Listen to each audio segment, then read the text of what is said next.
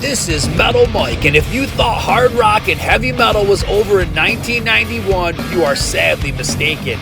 Me and my buddy Ryan are here to prove otherwise with our top 10 hard rock and heavy metal albums from 1991. There are so many great releases from this year, it's unreal. Now we know our metal Titanic is about to hit the grunge iceberg, so let's rock on as the ship goes down. Check this out. All right. Well, Ryan, welcome back to the 80's Glam Metalcast. How you doing, dude? I'm great. Thanks for having me back. I was super excited when you invited me. Yeah, man. I know this is a big year. You really like 1991. I kind of wasn't sure, and then when I went back, and I was like, wow, what a great year for hard rock and heavy metal. Oh, my God. Yeah, it was. When you asked me about 91, I was like, okay, here we are. This is my wheelhouse. And when I started digging deep, man, I was like, I had actual stress. It was so pathetic. I was like, I can't leave South Gang out. They were so killer, and they feel so bad. And I'm like, oh my God, like it's absolute. Like I can't listen to the CD ever again if I have it on my list. So, but I mean, it was really cool. So, man, there's like we do this for every year. I feel like we go, wow, there's so many to choose from. I didn't realize it, but this year, I think I told you, I was like, I need a top 25. I think the misconception of a lot of people, especially if maybe younger kids that weren't around during this time frame, they think that in 1991, metal was over, Nirvana came out, and that was it. But, what people have to understand is that Nevermind came out in September of 91. So there was a lot of healthy times for heavy metal still in 1991, all prior to that. And you got to think there were a lot of bands in 1990 that were out on the road, and their tours went into 91. Big tours like Poison's Flesh and Blood, Warrant's Cherry Pie, Firehouse was out opening for Warrant. So there was a lot of big things still happening for, glam metal at this point. Oh, absolutely. I totally agree. I didn't want to open with the negativity. I just, and get into how much I dislike grunge. It wasn't just a phase, I really, really didn't like it when it came out. Like I had to live it because I was in middle school. So finally we got to talk about something that I actually experienced, and I really didn't like it then, and I really still don't like it. I figured, man, maybe it'll wear on me, and I'll enjoy some of it, but I don't know, man. It's just not my cup of tea at all. Yeah. I know there's some really good musicians, and about as close as I get would be Alice in Chains, but they're about like more hard rock to me. So, yeah. But I mean, I remember like recently I listened to a Mark Slaughter interview, and he actually said something in reference to this. He talked about how MTV kind of changed their management at that point, and they said, you know what, I'm over the hair stuff. Yeah. We're going to switch it all up, and they kind of switched gears, and it really altered a lot of the youth and in terms of what they thought was suddenly cool and not. Yep. And you got guys like Nikki Sixx talking about the oversaturation of all the bands that wanted to be like them. Yep. And to be honest, to me it wasn't oversaturation because a lot of these bands had more talent in their little finger than a lot of the highly established 80s bands, if you will. Yeah. So to me it wasn't oversaturation. It was just kind of like a respect for that genre, and like I said before, it's kind of a never-ending genre. Like I said, I still find stuff daily that's brand new to me, and it's ripping. So yeah, I like this year, and I like the next year, and even into '93 a little bit. It kind of kept going. It did fairly well for those of us that want to dig deep. But yeah, I'm really excited. It's a cool list and a cool year. I really can't wait to hear what you got. And the thing is too, before we jump in, I think a lot of bands, just kind of what you just said, the tides were changing, and a lot of bands didn't even realize they were making the wrong album. You know what I mean? They thought like, oh, this is going to last forever, and a lot of these guys were making like a glam metal album, and they really didn't know what kind of juggernauts were heading out in 1991. And I'm not just talking about Nirvana, Nevermind. Think about the Black Album by Metallica. I mean, that's a game changer in itself. So if you were playing like, doing the power ballad thing and the girls type of thing, that was going away like real fast. The rug was being pulled and they didn't even know it. Yep, absolutely. I totally agree. Well, without further ado, man, let's jump right into this bad boy, this epic year. I want to hear what you got for number 10. All right. Well, here it goes. Number 10, I chose a Canadian band called Harem Scarum. Oh, okay. And do you remember them? Yeah, I've heard of them, yeah. Yeah. So Harem Scarum, they're self-titled. They were around for a few years prior, but didn't release anything on a major label. And they got a guy named Harry Hess as their lead vocalist, and he's one of those guys that has that range where he can go full baritone, super deep voice, but he can just hit those high notes. He's got this fantastic, talented, wide-range voice. Great first 2 studio albums. Their styles really varied after that. They kind of tried other things, and they were really talented. They were like, like we talk about how Lillian Axe was a little ahead of their time, like different than the rest of the genre. They were similar, where they had a lot of proving to do, I think. And there's an album called The Early Years that has a lot of their stuff they did in the late 80s. But this first album is really cool, and they have the rare drummer that can kick ass vocally. And you may have heard about him. That guy went on to sing for Red Dragon Cartel, which was that Jake E. Lee band in the last 5 years or so. Right. Yeah. So, and he also has a song. I believe it's on the next album where he sings lead. But just to kind of check out Harem Scarum, really, really cool. Couple songs. They have a song called Love Reaction, and it has this typical huge chorus. It's really quite the catchy song. Hard to Love is they kicked that one off. Distant Memory and With a Little Love. Like I said, the first 2 albums are epic. Really, really talented people, and they're still at it. So nice. I really enjoy their music. You know, I've heard of the band, but I've never heard the album, but now I'm definitely inspired to check that out. Yeah, I think I kicked off 86 with a Canadian band, and that wasn't planned. So here we are in 91, another Canadian band. Interesting. I think they had a fair amount of success in Canada in one of those big in Japan type bands. Well, I'll do my 10, and probably a lot of people will be surprised that I placed this as low as I did. But this is a band I've just got mixed feelings on. I've never been super, super into them, but I can't deny what they did on this album. Time for some live tunes. It says Skid Row performing Monkey Business!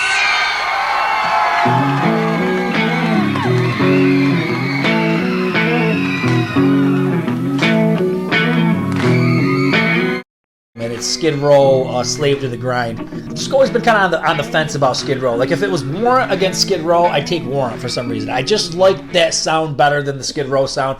But this album, man, just kicks all kinds of ass. And it was really super ballsy to do an album this heavy, because this was a really big departure from their last one. I mean, what can I say? Monkey Business and Slave to the Grind are just amazing killer singles. I've always loved Creep Show. I don't know why. And I like Riot Act and Living on a Chain Gang. But, like I said, they took a lot of guts to make an album that heavy for a band like them, especially being known for some of the ballad stuff like I Remember You and all that. And even on that album, they were doing gigs with Pantera and stuff. So Skid Row were finding a way to survive in this new decade. And let's face it, man, 3 million albums don't lie. That's what they sold in the U.S. So this was a big one.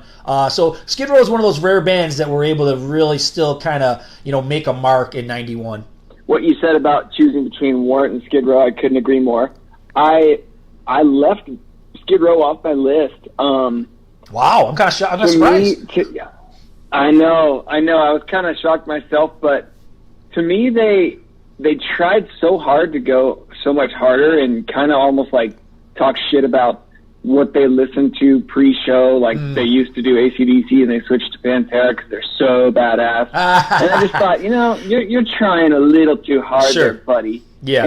And although, trust me, I had and have my moments where I still crank both albums, I'll always gravitate towards something like Can't Stand the Heartache over the threat off of Slave to the Grind. But that's just me. That's just, I like the poppy stuff. So, right. But I left him off, and I was kind of running over my list with one of my buddies who's into this, and he's like, well, don't forget about Skid Row. And I said, no, I am. It's intentional. And you know what, man? You gotta sometimes wonder, Because when you look at like 91 and you look at 92, a lot of these bands were upgrading and getting a little bit heavier. And, as much as you'd love to think that this is their own grand idea to do this, or this is what they're feeling in their heart, you don't know if some label guy was saying, man, we're getting vibes that, like this is what's the next thing. You gotta, for your next album, you gotta crank this up a little bit. So I almost wonder that about a lot of the albums where the bands did a big departure. Was it all like what they wanted to do, or was it somebody at a label was kind of giving them a little nudge? Who knows, right? Yeah, I never thought about that. That's probably a pretty solid idea. That's probably what went down. So number 9. Number 9, my boy Kane Roberts.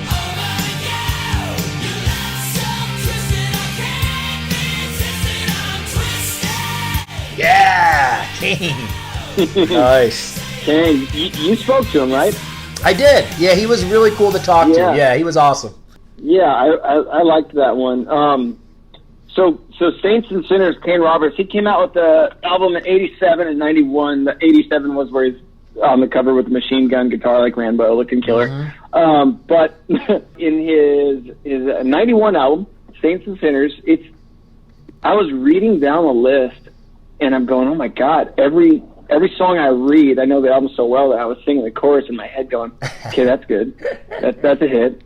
Shoot, that's a good one. I can't talk about them all, but it's just so catchy. He had Desmond Child produced it, yep. Co-wrote every song. He had the Bon Jovi and Sambora ballad on there. I think Cher did it. Yeah, he had the Cher one, yeah. Which is kind of fun. Yeah. But this is one of those albums that just is layered and laced with catchiness. Every chorus is big, and it looks like, it sounds like he spent a lot of time writing this album, probably a couple years, I'd imagine. And, I also super impressed with a person that lives their life like he does. He super talented musician and singer, and he takes really good care of himself. Yeah. And it's just one of the testaments to that kind of discipline. And I've always been into bodybuilding and working out, and so when I saw this combination, I was like, huh, mm-hmm. He's got the ripping, he's got the muscle. Oh my God, this guy, it's like suddenly I have this man crush. But here I am. So, but needless to say, some of the songs, You Always Want It, just ripping chorus. Too Far Gone is like, it's not a mid-tempo, but it's a little slower with a really big chorus. Fighter, Rebel Heart, and of course Wild Nights. I think Twisted was the first single, and Wild Nights maybe was next, but this is one of those albums that really should have been a lot bigger. Yeah, it probably goes back to a timing thing, and I think that's going to come up a couple times during this on my end. It's a timing thing. If this could have came out maybe even a year earlier, could be a totally different outcome. Now, I got to make a confession, and I think this is going to come up. I might as well just say it now. Metal Mike in 1991. I wouldn't say I was going down the grunge path, but I was definitely kind of straying away from some of this stuff. I'm going to be honest. This was an album. Yeah, I remember you talking about that. You were starting to get a little harder. Yeah, like I think I played in a couple bands during this era that were a little bit heavier, and we were getting more into like Sabotage and Manowar and Megadeth and Metallica. I was going down more the thrash wormhole at this point.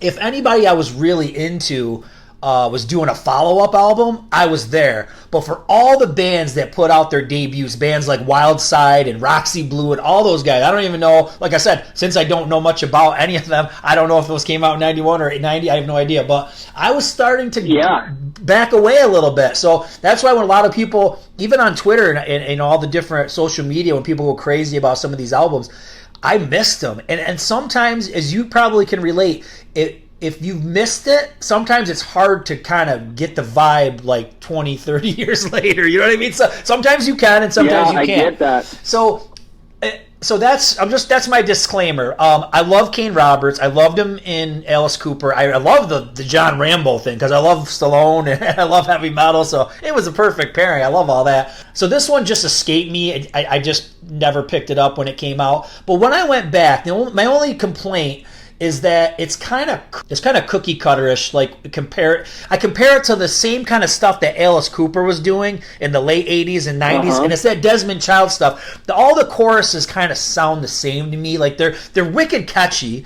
They're very melodic, but they're all kind of interchangeable. You know what I mean? So like when you think of Bed of Nails, prime example, I think Kane Roberts helped write Bed of Nails, even though he didn't play on the Trash album.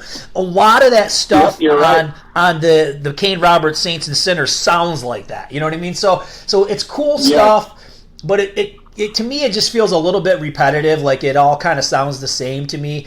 And I've got problems with Alice Cooper stuff from this era too. I'm not wicked into it, although maybe one of his 91 albums will be on my list. But I do have problems with some of that stuff just because it just seems like Ryan, you know what I'm saying? Like anybody could do it. Like when Rat did some of it on Detonator, and Kane Roberts does it, and Alice Cooper does it. Like then it kind of takes away like where's the real character of the artist? You know what I mean? We've lost it, and now they're just performing these Desmond Child pop rock songs. That's my take on it, man. I wonder if Desmond Child, that was directly his influence. You know what I mean? Like, yes, I feel like it is. It has to be because that's the one similar component really with all of it. It all kind of sounds very similar. So now I feel like a big dipshit with my love for 1991. No way, man. You like what you like, and I did go back and listen to that before the interview, and I thought it was cool, but that was just the only thing that was coming to mind. That it all kind of seemed interchangeable with the Alice Cooper and the Detonator and stuff. I absolutely get it. Well, I'm gonna let my heavy roots shine.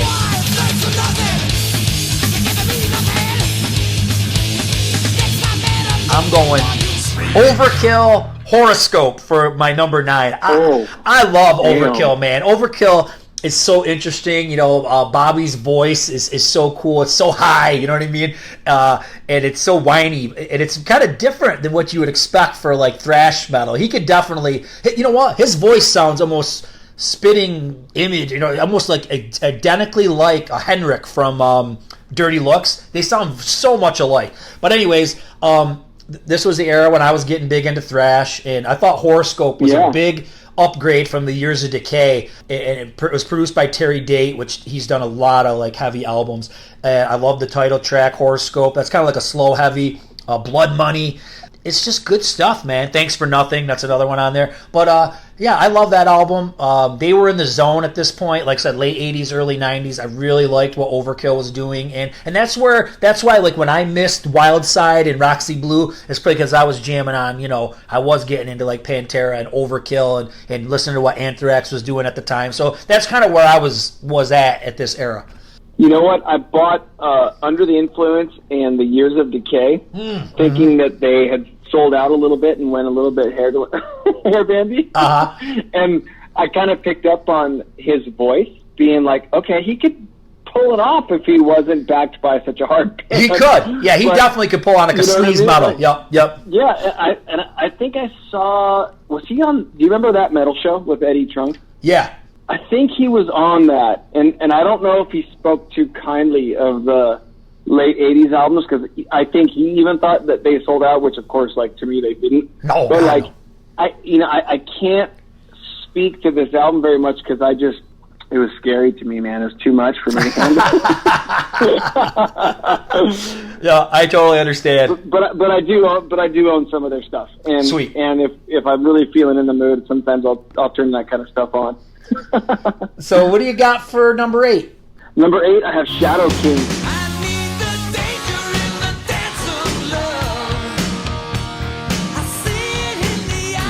Oh my God! I forgot about this album. Well, I'm glad you put it on there because I love this album.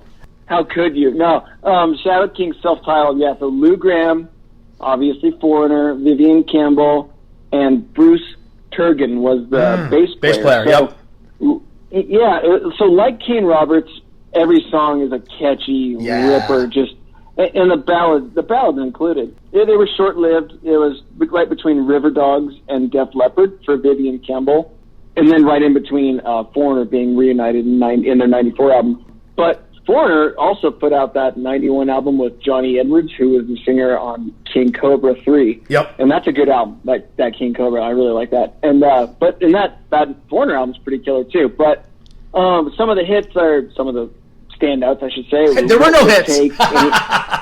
There were no hits on this album. What's that? There were no hits on this album. No, exactly. Yeah, hits. Yeah, right.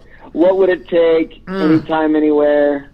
Don't even know I'm alive. And then you and I had talked about Danger in the Dance of Love. Oh, I love that song.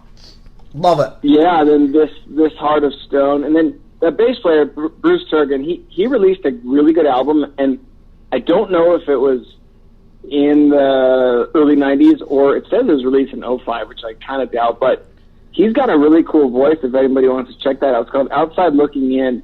And he's got this really cool cross between Mark Free from Unruly Child and he has, don't kill me, but a little bit of Halford in him sometimes. So interesting. He has this really cool combination. But Shadow King's one of those bands where Foreigner was always, I like them a lot, but they get bubblegum quick. Mm-hmm. But Shadow King stayed hard the whole time, and even on their mid-tempos and some of their ballads was harder than things that Foreigner did, which, again, Foreigner's an all-time classic, and I see the roots, and I see Lou Graham's voice being, like, almost untouchable. But hopefully someone out there didn't hear about Shadow King, and now they check it out, but it's one of those where they go, oh, my God, this is gold. This should have been huge, like the rest of them.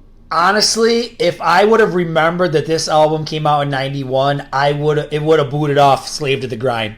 100%. This would have been my number 10 for sure. But I'm glad that you put it on there. Funny, every song you mentioned, those were the ones that I would mention. And the strange things about this album, so two things.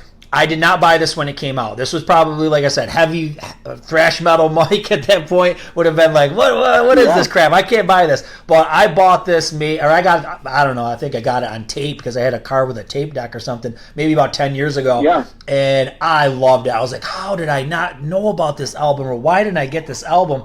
And the biggest failure is the band in Atlantic Records, because the song they released was I Want You, I think, and it was terrible. That was one of the worst songs. Really? I don't like that song. Oh, I didn't know that. Yeah, that was their video. And I'm thinking, like, how did you not release Anytime or Danger in the Dance of Love? Those songs were so good. So they made a big fail with what they released as a single, and it probably hurt the album. And the album probably had no chance anyways in 91, but I love it. It's a great, and I love Lou Gramm. And last thing I'll say is, you're right, Bruce, the bass player, went with Lou Gramm back to Foreigner, and Mr. Moonlight is a really great album. So if anybody wants to hear these guys in Foreigner together, they made a killer album, Mr. Moonlight.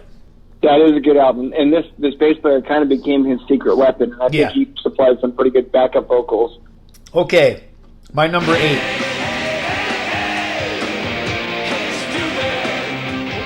And strangely enough, I was just talking trash, no pun intended, about the whole Desmond Child stuff. And my number 8 is Alice Cooper, Hey Stupid, because I love Alice Cooper, man. He's one of my favorite artists of all time. And it's not his greatest, but I do think it's better than Trash. I got a real problem with Trash. I don't know why. I just think it's Alice Cooper.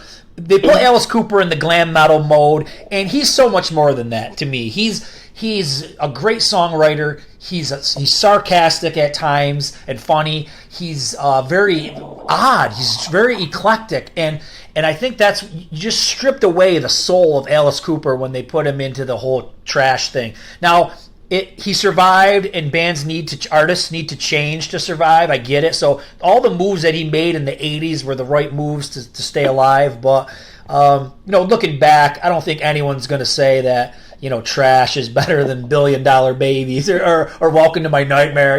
It's never going to happen. But I do love the ballad on this one. Love's a Loaded Gun. I think that's one of his coolest ballads. Snakebite is very cool. A little heavier glam song by him. Of course, Feed My Frankenstein. But yeah, man, I got to put it at 8. And one of the biggest things that I can take away from this album is that I saw Alice on this tour. I saw him on Operation Rock and Roll, which also included Judas Priest and Motorhead. So it was a really cool gig. And the show just blew me away, man. He did so many cool effects and everything. You know, there was a girl on the stage taking pictures of him. I really believe, just because I was a young man in '91 myself, I thought that was somebody from the press. But he grabs her and he throws her on the table and she gets electrocuted and she turns into a zombie. You know what I mean? It was such a cool show, man. And so that whole album just has a good vibe. Is it his greatest? No, but it's pretty cool. So I own it online. Is Love's a Loaded Gun the number 2 song on the album? I can't remember. I think it is. Odd to have a... Okay. Yeah. Did you ever think that was weird too? Like the ballad being number 2? Like usually it's 4 or something, you know? Yeah, but you know what? The reason I liked it is because at that point I was one of those still am, obviously one of those, completist type music geeks. So probably by '91 I had the majority of his old albums from the '70s and stuff. And that song really did kind of remind me of like the old Alice, like, the crooner Alice, You and Me and Only Women Bleed. I think the verses really had that vibe, but then of course the chorus had a Desmond Child vibe. You know what I mean? But it was really cool. I thought Alice was kind of getting back. He was working his way back from being a total, 80's glam guy for trash. I think he was working his old style back, but it was going to be a slow path to get back there. So I think I've told you, my fire captain, his brother is Steph Burns. Yes. And the guy I know, Josh, he's retired now. He's a super good guy, also a really good musician. So his brother was in Wayne's World. He's got cool stories about the set of Wayne's World and working with Alice, and went on to Y&T and super down to earth. Or sorry, I think he first was in Y&T, then went to Alice. That's how it went. But really cool story, really cool guy. I met him once when he started playing for Huey Lewis. Really nice guy. It was super down to earth. Really cool to see him in that band at the time.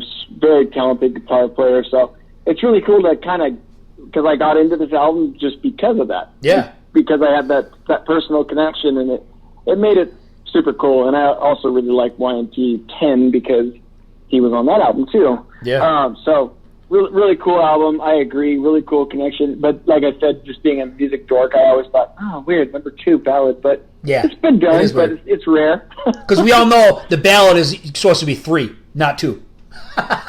That's right. Exactly. Yeah, how could they? Oh, what's your 7, man? What's your 7? Number 7. I got your boys from Danger Danger. Screw it. Business like monkey business. Screw it. Nice. Love this album. I think I like it more than their first. Wow. I love Bang Bang, and I love Living It Up, and I love Bang Bang, but the rest of it has that kind of that like galloping piano keyboard on the first album a lot that I don't love as much. Yeah. And this one's a little bit more melodic rock. You got songs like Beat the Bullet, Don't Blame It on Love, Slip to the Big One, Horny Son of a Bitch. You can't forget about that one. But so when you talk to him, obviously I listened to the interview, and I had read once upon a time, as a California guy, I had read once upon a time that Danger Danger played an outdoor concert on the beach in Malibu. And I don't know if that was from their first album. It probably was, but maybe this album. But it always sounded like just the most killer outdoor beach. Right. Malibu beach is like the typical perfect California dream beach setting. And I always think of that, and this album kind of epitomizes that. It's just that loose, obviously laced with nothing but sexual innuendos and hooks and Perfect Era for them, and big in Japan like Harem Scarum. Yeah. And they didn't really mind the fact that almost every song was an innuendo. Apparently. Which is, at that point, it was like the antithesis of what people were looking for when it comes to what became very popular in these next few years. Yep. But obviously, to me, it works really well. But yeah, I think this is my number 1. Although we've talked about Cockroach before. Yeah, and that's you cool. tried to talk about this album and Cockroach with him, but he didn't really care to talk much about this one or the next one. But this era for them was, I think, they matured a little bit from the first album, and this one really kicks ass. So, oh man, there's so much to say here. I'm going to try to condense it down as fast as I can. Yeah, he when I had Ted on, he didn't really want to talk much about this album, and I'm going to be completely honest. I don't know how much I could have added to this album because I didn't buy it when it came out, and I'm not very familiar with hardly any of the songs because, once again, I just did not. I just was done. I didn't want this album at the time, and I think it's an example of they were making the wrong album. They didn't know it. You know what I mean? They didn't know that the rug was getting pulled out from under them, and they went so far in that, sexual innuendo and happy-go-lucky songs, and everything was kind of getting darker. So I give them credit. They did what they wanted. They did what they felt is right. I think a little bit. I'm just going to be honest, and no disrespect to them because I do think they got a lot of great songs and a lot of talent. Some of it's a little hokey for me, man. Especially like Monkey Business. Ain't no business like monkey business. Sounds like a commercial to me. Like some of the stuff sounds like we're selling bananas or candy or something. I don't know what the hell we're doing. Son of a bitch, really? So some of it just sounds kind of like cartoonish. You know what I mean? So. I don't know. Yeah. When I went back to listen to it, I was like, I had to be there in the zone for it, and I missed it, and now I don't get it. So I can't relate to it at this point. Oh, I fell for it hard. And there's nothing wrong with that. I like goofy and cheesy stuff too. Just for some reason, I just missed it. There's a theme here. I like the candy stuff. I do too, man. Cartoon stuff. But once again, you have to catch it at the right time. So that's why I love all that glammy and poppy stuff, like on the Tiger Tales albums, because I was a young kid and it was very impressionable to me at that time. But like I said, this one, if I heard this album in '87, I probably would have been all over it. But like I said, trying to listen to it now as an adult, I was just like, I can't, man. I'm not feeling it. I'm sorry. So my number seven, I think a lot of people will understand why this is on there.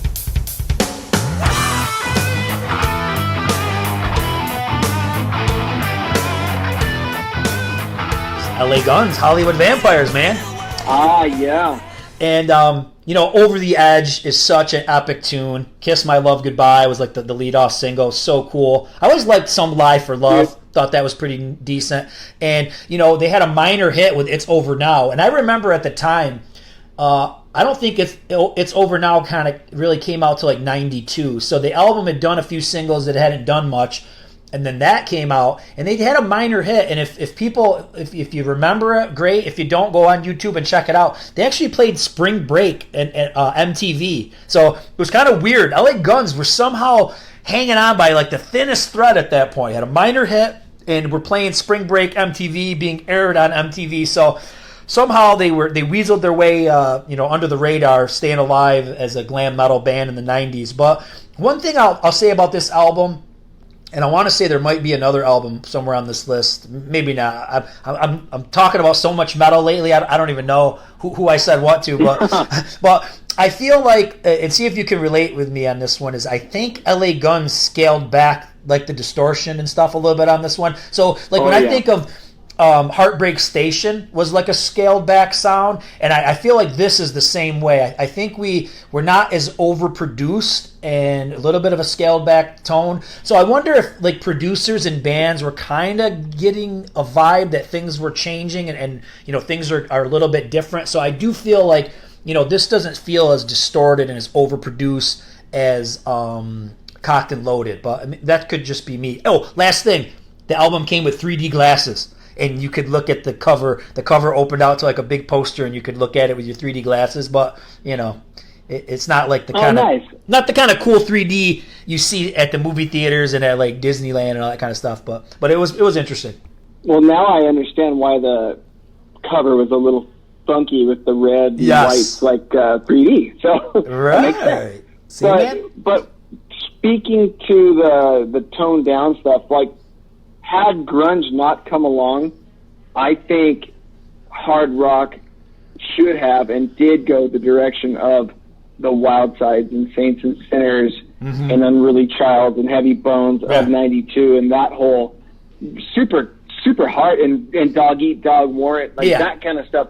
So that's where I think it should have gone and would have gone. Yeah. And it did to them. And it's just like these bands, like Danger coming out with the 91 album that was pretty much as 80s as it gets because they made it within the 80s thought process. Yep. Whereas a band like Hardline, Wildside, etc., Saints and Sinners, they came out with this 91, okay, we're going to make this 91, maybe 92. We're still rippers. We're still going to use the technology of today and make it big drum sounding, super killer. But with a band like LA Guns, they were always kind of on the cusp of being dark and heavier and different. You know, so like the Spring Break thing, I wonder, I'll have to go look, but why do I have a feeling they didn't play a song like Never Enough when they were there? No. They probably went with like something hard off the first album and Kiss My Love Goodbye and It's Over Now off this album. And all of a sudden it was like, oh, they're cool. Yeah. They kind of look like everyone else. They're cool. They're wearing black. I think they had flannels. I think they had a flannel on. I think there was a flannel, a vest. Phil Lewis, I could be wrong. What's your number 6? Well, you know, if the flannel was open, it's a different story. But number 6, I wonder if this will be on yours. I think it might be, but Europe. Prisoners in Paradise. I wonder. Maybe. But this will be my favorite of the Europe catalog. Yeah. I think that, again, if this album, and we had talked about this with the drummer, not we, you, that this release date was pushed back. So had it's a lot like, it's the same story as like Crocus. When Crocus came out with their 88 album, Heart Attack, it's kind of the same story. Had this been released earlier, it would have been much bigger. Yep. Crocus, Heart Attack in 88, if it were released in 86 or 87, that would have probably carried on the success of their Headhunter, Blitz stuff. This too, this could have carried on right where Out of This World left off. You know, they could have stayed out on tour longer with Out of This World. They had a Def Leppard gig, and that would have been huge for them. But they really capitalized on what they had with the Final Countdown and Out of This World. But this one had those layered hooks like Talk to Me, Little Bit of Lovin', Halfway to Heaven. But then you got album tracks like Bad Blood, Mind in the Gutter, Girl from Lebanon. Like, these are all very quality, good, hard rock songs. They got that element of pop. You can't get away with that with Joey Tempest. But with Key and Joey, like this album is like the epitome of Europe for me. This is by far my favorite Europe album. Yep. I am going to say nothing about this album right now. Nothing. Okay. Nothing I say. Got it. I got a lot to say about it, but I'll hold off. All right. So, number 6. I got to do a shout out to my buddy on Twitter, A-Fish. He's a big Badlands fan. Anytime Badlands comes up, he's always shouting about Badlands.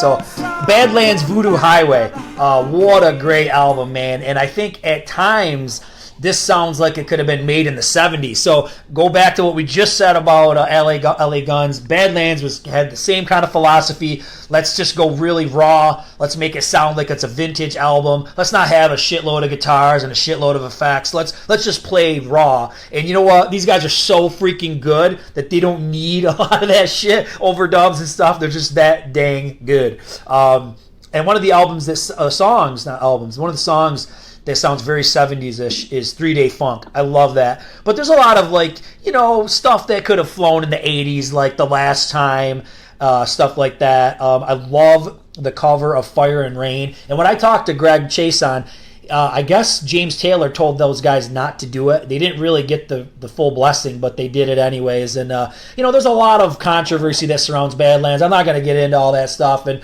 you don't find their albums on Spotify. There's a lot of rumors as to why that is. I don't know if it's true.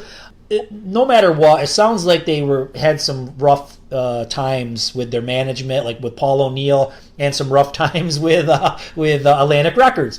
But But this band is so solid, and between Jakey Lee, the riffs, the guitar solos, Ray Gillen, amazing voice, Greg Chason, an excellent bass player, and I think Jeff Martin, man, does a great job. He was the vocalist in Racer X, and he's the drummer here in Badlands. I think it sounds great. It totally fits. It's not the same as Eric Singer. Eric Singer gave it more of a Zeppelinish vibe, I think, on that debut, but this is still really cool, man. There's like really heavy blues songs, like heavy metal blues, like Soul Stealer and Shine On. And one interesting thing that really stands out, I'll never forget it. We used to watch, I know everybody's probably going to boo at me, but I did used to watch American Idol like way back in the day, like when it was, like when they'd have a cool rocker on there and, all these different people, like Chris Daughtry. And it makes me think about Bo Bice. And Bo Bice did an a cappella version of In a Dream off this album, and I'll never forget it, man, because of course I know this album, and Ryan Seacrest is like, here's Bo Bice doing Badlands, In a Dream, and I'm sure probably 99% of the audience watching and in the crowd would be like, who the hell is freaking Badlands? What the hell is this? Yeah. But it was cool. I can't believe that went down. I didn't know that. Yeah, that was really cool, and this album is just freaking spot on, man. Great musicianship. Too bad that Ray Gillen passed away and they couldn't have continued, but what a friggin' album, man. I love it. So I have it. I've never really mastered it, and I always wondered if it was just a common name that Jeff Martin was playing drums, because obviously I love Racer X. Right, I remember I knew he was a drummer, but I didn't know that he was a drummer on this album, so that's some good trivia I didn't know about. Yeah, man, some factoids. Nice, I love that. Okay, I learn something every day. So I'm going to have to really dig a little bit deeper on this album. Sure. I like the first album a lot. The guitar playing has always been wildly killer. So was the singer, was he tapped to be in Black Sabbath at any point, or am I making that up? No, you're right. He was in Black Sabbath. What happened was he... Okay. I'm not a big Sabbath guy, but there was Glenn Hughes sang on an album with... for Black Sabbath, and then he was out, and then for that album, I think it's 7 Star, maybe? I don't know. I'm sure there's metal geeks that are listening to this right now, and they're just saying, how do you dorks not know this? But anyways, and then Gillen joined and did that tour, and then Gillen did the vocals for Eternal Idol, but then I don't know what happened. He was out, and then Tony Martin re-recorded all of them, and he really kind of copped what Ray Gillen did. And if you, Ryan, get a chance, listen to the demos of Eternal Idol with Ray Gillen on them, because the crazy thing is you think, like, if you're just familiar with Badlands, which I really was, I didn't know anything about the Sabbath thing either. You always think of him as a real bluesy singer, and the Sabbath stuff's a little bit more metal, even though Sabbath is blues metal. There's some blues there, but it's a little bit more metallic, straight up metallic than Badlands is. And he sounds great, man. He almost sounds a little bit like Ronnie James Dio on that stuff at times. So it was an influence that he had that I didn't really notice until he sang on the Sabbath stuff, which makes sense, obviously. Sabbath, Dio, it all goes together. But yeah, check out, if anybody listening, if you've never checked out those demos, very readily available on YouTube, and they sound killer. And because, I mean, Ray Gillen smokes Tony Martin in my book any day. So, yeah, I mean, just like my disdain for Guns N' Roses. It ain't on my list for 91, baby. No way. No, just like my, how can millions of people love Guns N' Roses and love Ozzy, but I just don't, it doesn't click with me. Right. I only listen to the Dio Sabbath and the albums in the 80s, like Eternal Idol, and I really like those albums because they're not Ozzy. And I feel bad because I do like the, like you talked about 86, I do like the 86, the No Rest for the Wicked. Yeah, 88, yep. But, Ozzy doesn't really click for me, so I'll have to check this out. Oh, it's so good. What's your number 5? Right. Oh, we're getting to the good stuff now. I got to hear this. What do you got for 5? Dude, this is going to be a good one. XYZ Hungry.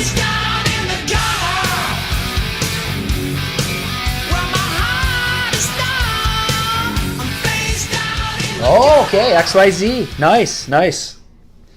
Now, XYZ is one of those bands that kind of picked up the steam like a Wild Side and the Saints and Sinners, where they went like just thick guitar and thick drums, and they were pretty much what kind of was getting laid out as a blueprint for early 90s hard rock. So to me, the guitar sound is perfect. The only other equally killer guitar tones are Warren and Robin on Invasion and Angus on Fly on the Wall. I mean, the guitar on this album is just thick and perfect. I love the guitar tone. It's edgy, it's ripping, the musicianship and the vocals are amazing. And the album artwork is, of course, super killer. There's two songs that stand out, Don't Say No and Feels Good. Those are just perfection. Those are just headbangers. Those to me are like thrash dudes would bang their head like I would bang my head to these two songs. Face Down in the Gutter, When the Night Comes Down, Off to the Sun. And then, so the singer went on to sing for Great White, you know? Terry. And he put out that album. Yeah. And he put out that album. It was a cool album with Great White. I liked it. So I live in Santa Cruz, California, and we have the boardwalk here. And there are summer concerts, and there's big outdoor summer concerts, and you get Y&T and Eddie Money. We had Warrant, Great White, Quiet Riot with James Durbin. So we get some pretty cool. Sweet. They always do a retro thing. I saw Starship there. It's pretty killer. And honestly, they probably draw the biggest crowd they'll get short of a festival. There's probably 10,000 people there because they just lace the upper sections of the boardwalk and all the rides, and there's tons of room on the sand. So it's a really cool gig for these guys to play at. So I saw Great White at the boardwalk, and I went up to the singer, and I had all my XYZ stuff because in between shows they sign autographs and take pictures. So I brought all my XYZ albums, and they're all CDs. And he goes, "Oh, man, you got a great collection." I go, "Yeah." He goes, "Hey, do you have the new Great White album?" I go, "Oh, totally." He goes, "What's your favorite song?" And I go, "Number 5." And he goes, "Okay." And he could tell that I was just completely full of shit. I didn't buy the new Great White album. I had heard it, but I didn't buy it. And I tried to lie my way through, and he caught me, and I was like, haha. Really like XYZ. Can you guys play Maggie for me? Anyway, so this album's killer. Love this album. Great singer, great vocalist. I can't say more about this album. You know, XYZ is one of those head scratchers. Like, I don't understand why I never got into them. I don't have anything against them. I think they're a good band, and I got into like every band that had a debut. I think in '89, but I never bought the XYZ debut. And one of my friends had it, and I thought it was decent. And then forget it, 91, I definitely wasn't paying attention to what they were doing. But I'm going to go back, man, and check out some of the tunes that you talked about, because I got to give these guys a chance. Oh, I would. Yeah, it's great. I love their first two, Inside Out and Maggie on the first two. There's others, of course, but this album, I think, is better. Well, this probably will not be a surprise to many who know my musical taste.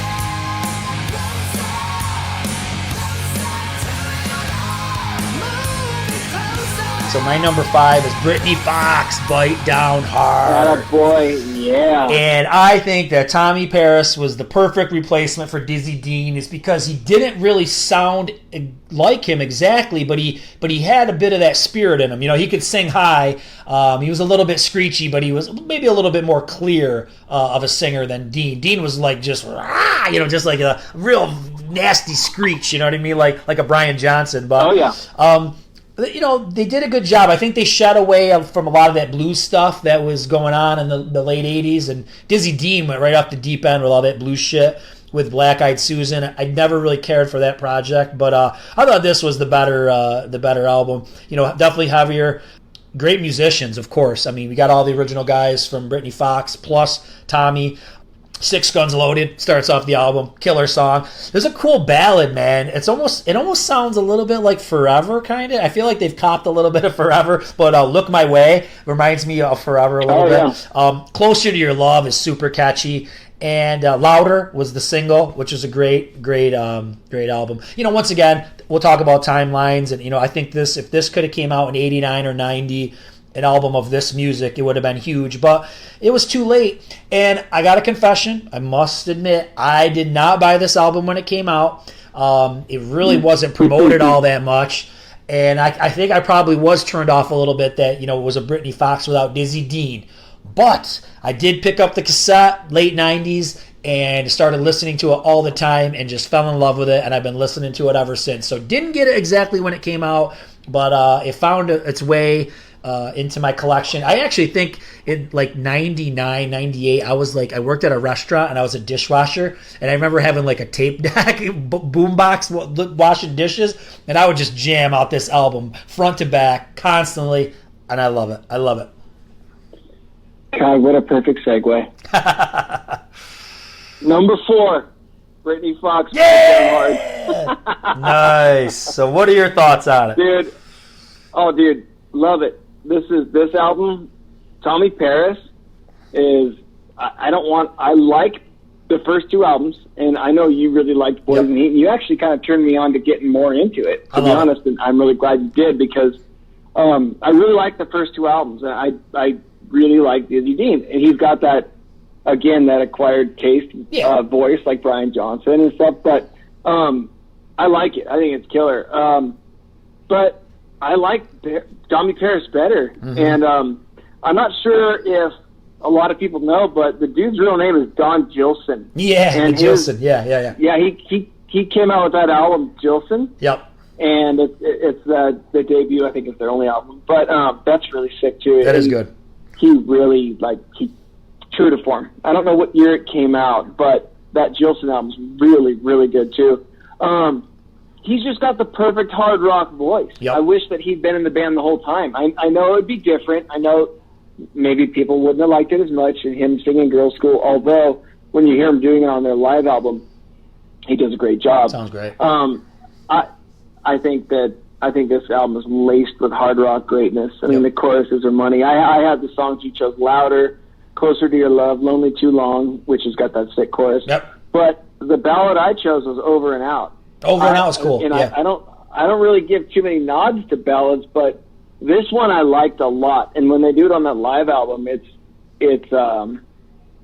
pretty damn true to form. It's that live album. I wonder how doctored it is, because they all are doctored. He kicks ass.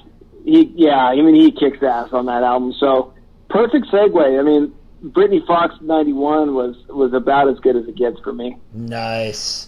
Well, this will be another one that people won't be surprised about.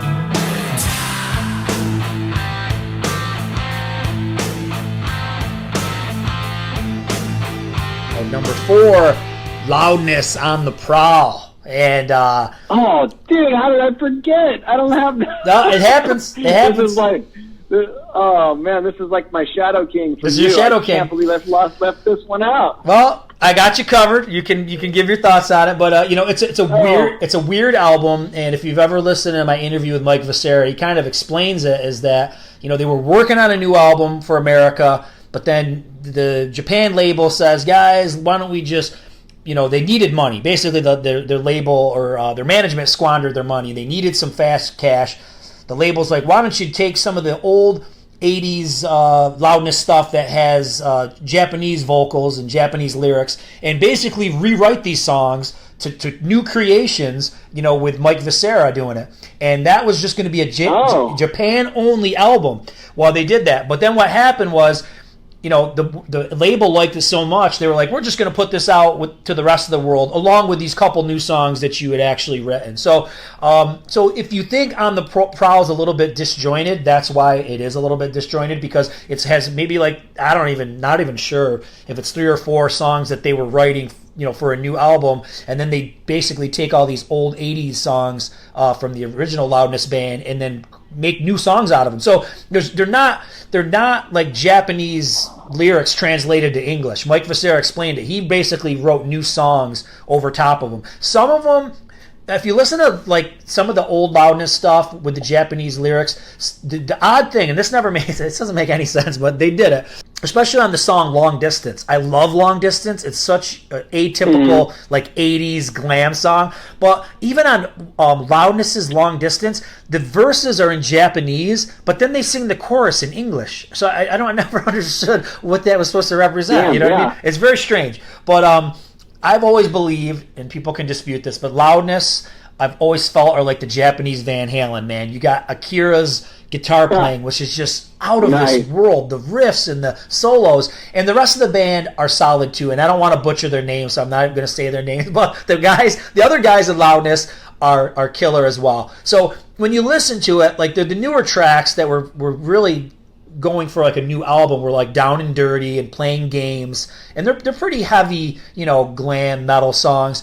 But I gotta admit, man, they've really done a nice job with some of the old songs too. In the Mirror, I know you and I have talked about that. They've got going on there, my choice cut, just slays, And I love Long Distance. It's such like that's one of your just typical, catchy, cheesy 80s tunes, but I love it. It's right up my alley. Sleepless Nights is another one. But I got to give props to Mike Facera, man, because he's a genius. He really is. He's an underrated singer, and he's an underrated songwriter, because could you imagine somebody just hands you this, basically like an album worth of songs that are all in Japanese, and now you've got to listen to this and create new creations for him? They sound like they always went together, these lyrics and this music. So he's really good at that, and he's done that for other artists too, but I could talk all day about Mike Facera, but I'm going to stop, and I'll turn it over to you. What do you say? No, he's the secret weapon. I dig this album. That In the Mirror is I remember sending that video and you going, dude, how did I never see this before? Right. This is so killer.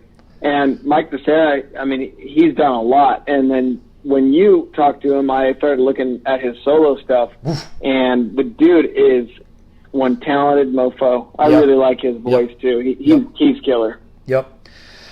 Number 3, dude. Nice. What do you got? Number 3. Number 3. Okay, well, this is going to shock people. I got a band called BB Steel.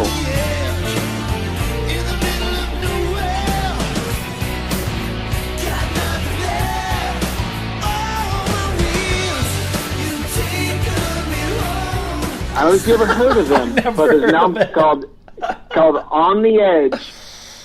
Wow. Dude, this is basically, okay, for fans of Hysteria era Def Leppard, this is their long-lost outtakes album. Okay. It couldn't be more Hysteria than Hysteria. And, well, coincidentally, Phil Collin produced this record. Okay. And he sings some background vocals. I think he sings all the background vocals, but it's not listed in the credits. But this is like a Mutt Lange style vocal and guitar dream, this album. They're an Australian band. It's similar to Pete Willis from Def Leppard, formed a band called Roadhouse, and they came out with an album in '91 as well. And it's similar to that, but Roadhouse was a little bit more like AOR than hard rock. So it's right there in that group, but I'd say BB Steel is on the like Love and Affection, Don't Shoot Shotgun side of Hysteria. It's amazing. This album is amazing. Like if you played it for someone that's a true novice, they'd be like, "Oh, I think that's that band that sounds like Pour Some Sugar on Me." It's that close. Yeah. Where you'd be like, okay, so, but for those people that don't know about it, Suffer in Silence, huge chorus, Big on Love, Heartbeat Away was their first single, Live It Up, and then a slower kind of mid-tempo called Ride On. But I know you're not huge into Def Leppard. Nope. I admittedly, like AC/DC, am fully committed, obsessed, in a normal way, of course, in a totally normal way, with Def Leppard. And but it's right there. It's like I said, it's basically the Hysteria outtakes, but still, like everything on Hysteria could have been a single. Shoot Shotgun and Love and Affection were two songs that they could have been and should have been hits on pretty much anyone else's album, but they had so many other killer songs on the album that they released those. But it's right there. this album is right there. It's amazing. Well, man, you definitely pulled one out of the woodwork. I never heard of BB Steele, so I don't have much to offer to BB Steele. But so I will move to my number 3.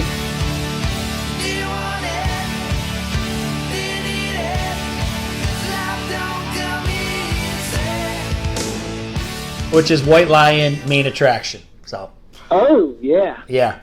I love this album, man. For me, this could possibly be their best album. I mean, I know the debut, it's very close, but I think the production is what really sells this one. I mean, technology's really caught up with things, and the production's heavy, killer. And these guys really started to do some more epic, longer tracks, a little bit more depth. You've got Lights and Thunder and War Song. I love Broken Heart, the remake of it. Leave Me Alone is like heavy, funky. And Love Don't Come Easy was the first single. And it was played on MTV. So this is kind of one of those things, if you want to use it as a reference, they were getting some airplay, the beginning of 91. And once again, I don't know the date, but I know this was played on Headbangers Ball and played on MTV a little bit. After this, everybody kind of fell off the commercial cliff at some point, as the year progressed. But I remember them getting a little bit of airplay. And another big notable thing that happened during this album is 2 band members just were like out. I don't remember if they quit or they got fired. But, Jimmy DeGrasso and I think it's Tony Cardona or something like that, T-Bone or whatever. He played bass for like Lita Ford and Alice Cooper, and he ended up in White Lion. Yeah. So, and then the band was done shortly after that anyways, but still a killer album. Oh, I dig it. Broken Heart and Love Don't Come Easy, those two. Yep. They're right there in the wheelhouse of 91. They're a little different than something off a Big Game or Hungry, but dude, those 2 songs alone, like that album, or those 2 songs put this album right there. I fully respect where you put this album. Sweet. So what do you got for 2? Number 2.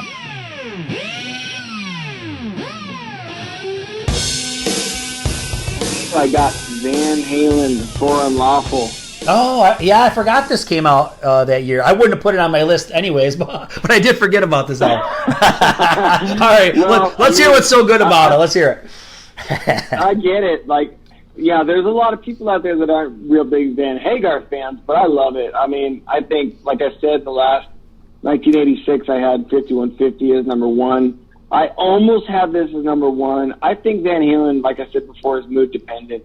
Whatever you're feeling if you're feeling Roth, if you're feeling Sammy, I really do. It's just right there with Bon Scott and Brian Johnson for me. I'll never decide. I love them both.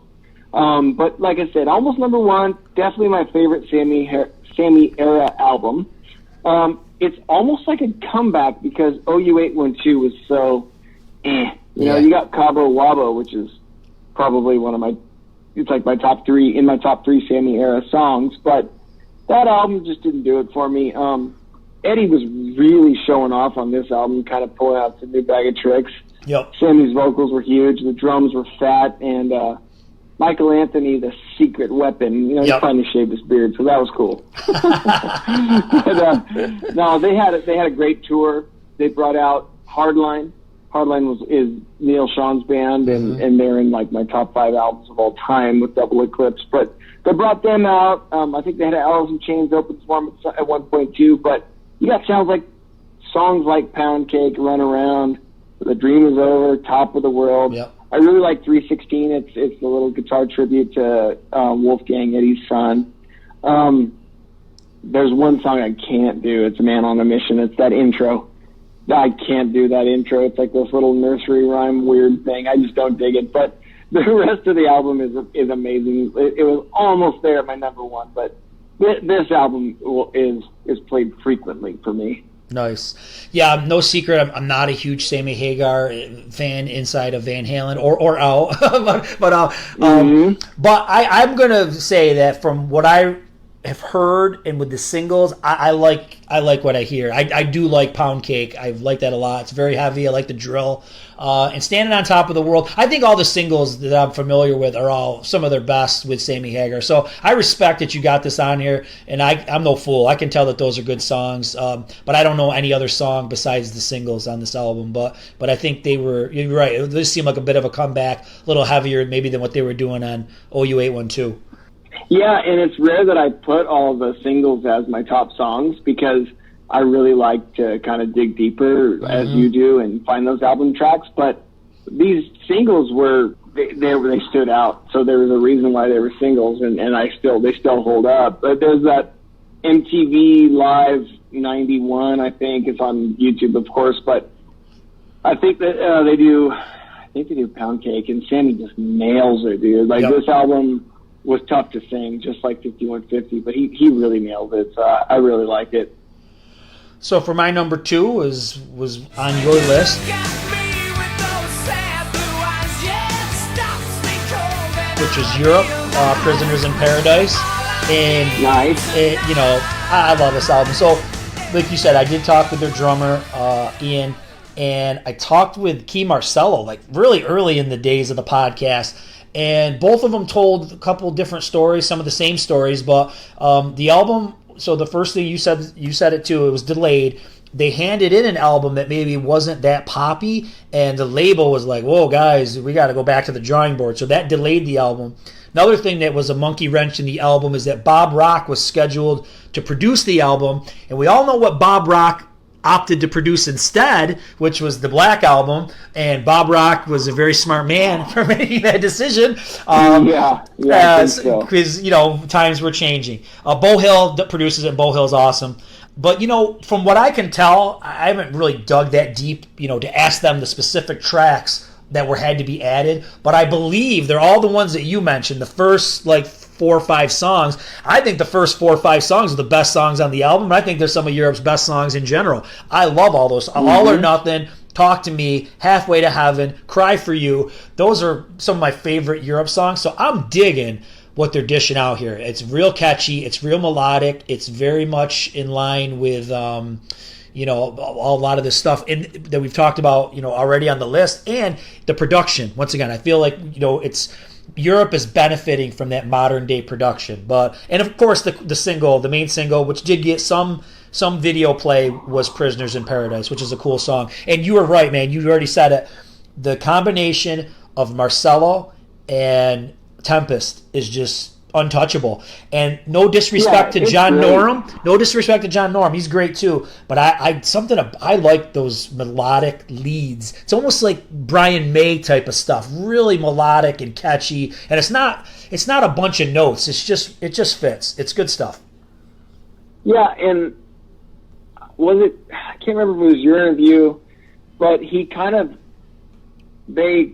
gave him the green light to come back or stay in Europe, but Europe went in a kind of a different direction, and he said, "Yep, no, yeah, you're right."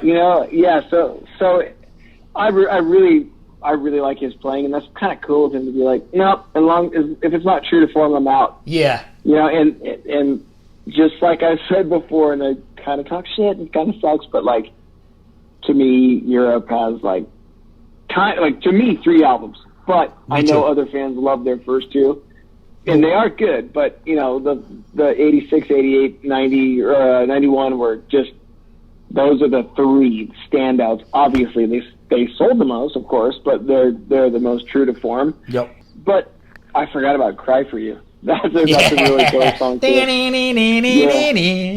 This is real good, man. Real good. Are we ready? Let's hear it, man. Are you ready for the number 1? I can't wait. I got to hear what this is. Oh, my God. Okay. I almost want to give you a hint first, but I won't. So, my number 1, Steelheart. Ooh. Nice. This album, okay. Steelheart, self-titled, 91. A couple different album covers, both killer. I first heard Angel Eyes, of course, on a compilation tape years prior. It was one of those Monsters of Rock compilations. And I thought, oh my God, this dude's voice, this can't be real. This is insane. This sets the bar higher, no pun intended, than ever. Actually, literally higher than ever. So I got this tape, the self-titled tape at the flea market, which is the old swap meet we have in Santa Cruz. And his vocals just changed my mind at what the pinnacle of vocals in this genre were. The powerhouse drums with this guitar and his vocals and strut on stage was just too good. And this was all pre-YouTube, almost pre-internet stuff.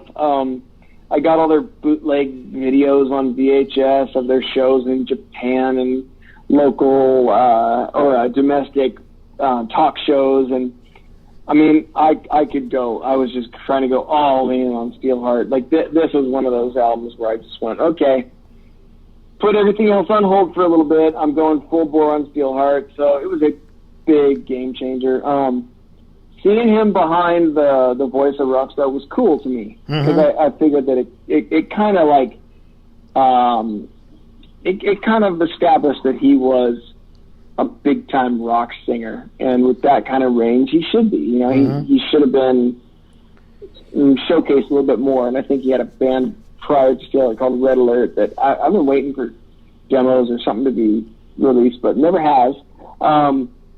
But I thought it was a good showcase of where, you know, credit where credit's due. So they have 2 killer albums, and again, in my mind, they have 2 albums. They got Tangled in Rains in '92, and this one in '91. And they did some decent touring, had some pretty decent crowds, had some success with Angel Eyes, and of course, how can you deny desert hard rock? You got Wild Child from Wasp.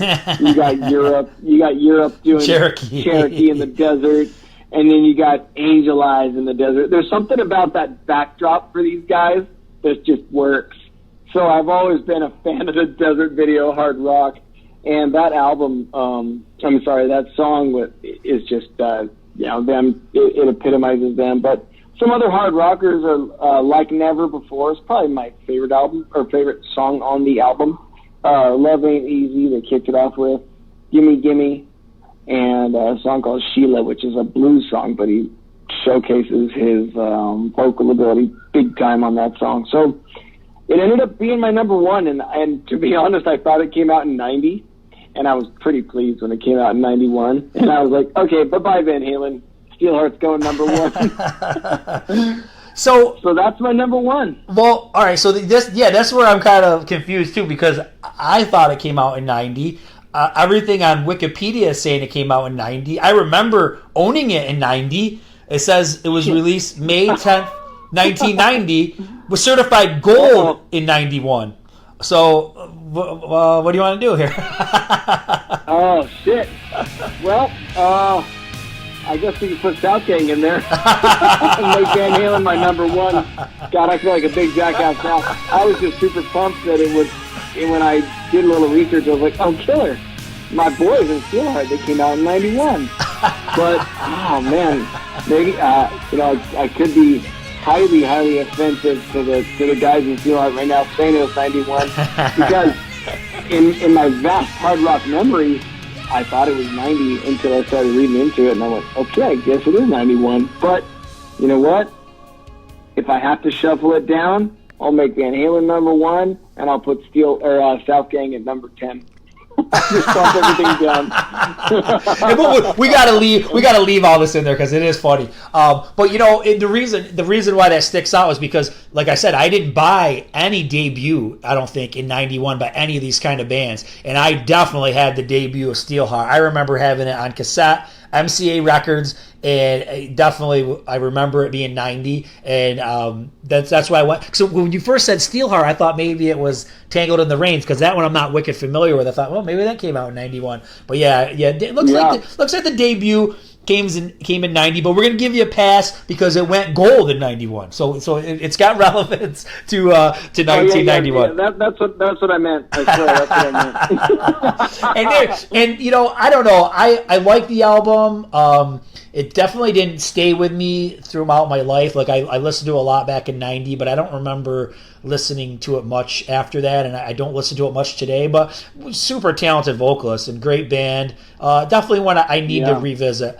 But all right, man, I'm going to do my number 1, and you know, probably some people are going to boo, and they're going to say that I took an easy way out.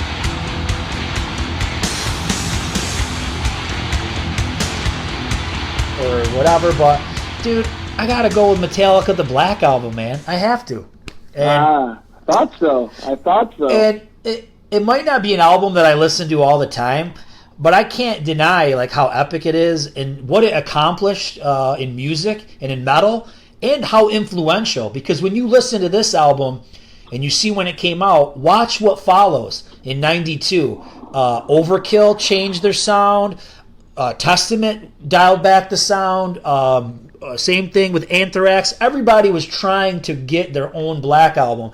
Nobody succeeded except Metallica, obviously. And Metallica, you got to give them credit, man, because they really did take a chance. They took a stab at what I would call like pop thrash. I want to say pop trash. I think that's an album by Duran Duran. They took a stab at pop thrash. You know what I mean? It's very... Yeah. They dialed back the jams, right? These are shorter songs. There's not as many changes in riffs. There's harmonies, you know? There's a lot of things that maybe Metallica wasn't doing a ton of prior to this. And the sound that Bob Rock added, I mean, this is like Dr. Feelgood on steroids. You know, I mean, this is taking like kind of what he was going sonically for with Dr. Feelgood into a whole other level. And when you listen to the production, it's amazing. The vocals just are killer. I've always loved Hetfield's voice, and I love it on this. And the drumming is out of this world, and the way it sounds. The whole band, Kirk Hammett and Jason Newsted, all sound killer. You can actually hear the bass on this album compared to the one before it. The singles are all overplayed. We've all been beat to death with Enter Sandman. But if you could go back to like the first time you heard Enter Sandman, saw the video, I mean, it was good, man. It was very influential, very killer. And you know, Nothing Else Matters. I went back and I listened to that, and that's a song that's also overplayed, but man, what a well-written song. You know what I mean? Like, they were very sensible with the way they were writing. And the cool thing about this album is there's some killer deep tracks. And Of Wolf and Man could potentially be my favorite Metallica song. I love that song. Through the Never, Holier Than Thou, Don't Tread on Me. And you know what Metallica benefited from with this is the timing. They put it out at the exact right time. If Nevermind would have came out first and this came out in '92, it may not have been as big as it was. So this was right out of the gate before all the grunge thing took over. And so it was just the perfect album at the perfect time, the perfect band, the perfect storm, and it's just killer, man. I don't care what anybody says. I love it. Dude, it's by far my favorite Metallica album, obviously, because it's got, like, exactly what you said, pop thrash. Yep. It's exactly what that is. It's catchy thrash, hard rock, whatever you want to call it. To kind of prove that, my mom said, "Hey, what's that band that sings that Never Never Land song?" I mean, if you get a 40-something-year-old housewife saying that, there's a little bit of like airplay going on there. So yeah, between that and Sad But True is actually my choice cut on the album. I know it's a hit, but like, dude, that riff and that drum intro is so sick. And then, I actually bought the album when it came out, and I was a kid, you know, like I was just a young kid, and I was just like, I have to have it. So, it's the album that a lot of the hardcore guys think they sold out or whatever, and then you got Hetfield say, "Yeah, we sold out every seat in the arena every night." Yeah, and it's true. It's true.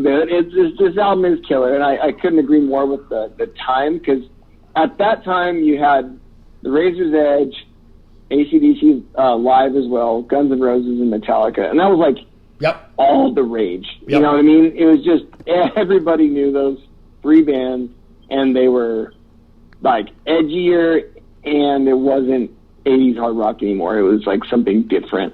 Yep. So I'm super pumped that you put that at number one, dude. Like, you deserve that as your number one, because I know that was like a turning point for you. So it's pretty cool. And I think I like it now more than I did when I was younger, because I had some of them. I might have had all of them at that point before this album came out. And, you know, even I was like, whoa, this sounds different. These guys definitely... Maybe I was believing it too. I was drinking the Kool-Aid. These guys kind of sold out, but you know, after a while, the album sunk in and I got into it. But now, as an adult, when I go back to it, it's pretty much got everything that I love. I love well-written songs, I love catchy songs, and I love heavy music. So it's the perfect pairing. And one other band, I said all these bands tried to make a black album and failed. One band that actually took this same concept and applied it and actually succeeded was Megadeth with Countdown to Extinction. They did pretty well with toning it down and focusing more on songwriting and things like that. So Megadeth did pretty good, kind of taking a page out of Metallica's whatever you want to call it, playbook. That's the word I'm looking for. But yeah, it's a great album, man. And like I said, I just listened to it last night again, and I hadn't heard it in a long time, and it blew me away. It was almost like hearing it for the first time again. So, well done, Metallica. Nice. Well done. Yeah, you got to go for the poor man's Metallica and listen to Testament now. If you're sick of that era of Metallica, you're like, all right, I'll go to Testament. But, that's awesome. I'm still hung up that I screwed up one of my favorite bands of all time, Steelheart. I can't believe I did that. I was so excited when I saw that it was released in 91, and I should have gone with my gut and been like, no, I'm pretty sure it was 90. But... And I didn't want to correct you, but I'm like, I know there's so many nerds that listen to this are going to be they're screaming, no, that was not 1991, that was 90, that was 90. I delegitimized all my weird deep down knowledge. Oh gosh, what am I going to do? Dude, you had everybody hooked with the BB Steel, and then you just blew it with with the wrong year. Damn it. Awesome. Yeah, this was a fun one. I really appreciate it. And it's always great talking to you. Same here, brother. I'm glad that you jumped on with me. Well, that was great looking back on 1991. I hope you enjoyed it. Rock on!